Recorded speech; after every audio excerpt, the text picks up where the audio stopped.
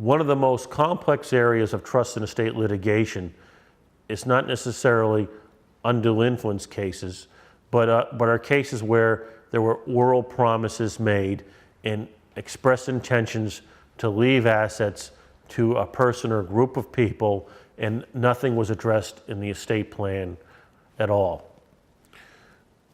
Generally speaking, Hawaii does not recognize what we call or refer to as oral contracts to make a bequest or a devise or a will. What does that mean?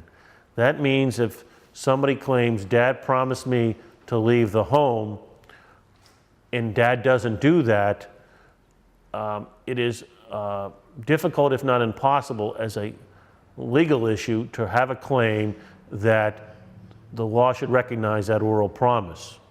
Oftentimes what you're left with is claims of what we call unjust enrichment or quantum meruit in cases where improvements have been made to the property or caregiving services have been made over a period of time, and to make those types of claims.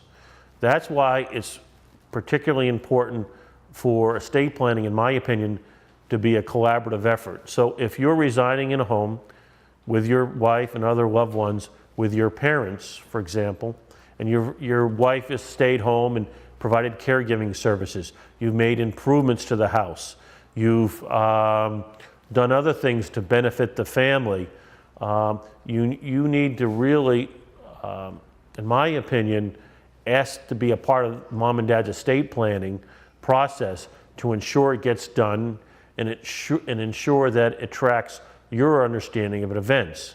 There are countless cases of people that are sorely disappointed when mom or dad dies and they find out that they've put in significant sums of money, paid down significant sums on the mortgage, provided caregiving services, and they end up being treated similarly as their other siblings. And believe me, it creates a lot of bitterness and animosity between siblings.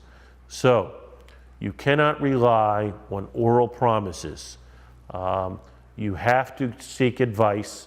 If you're in a situation where mom or dad now refuses to recognize the oral promise that they're still alive, you need to think carefully about what your legal options are.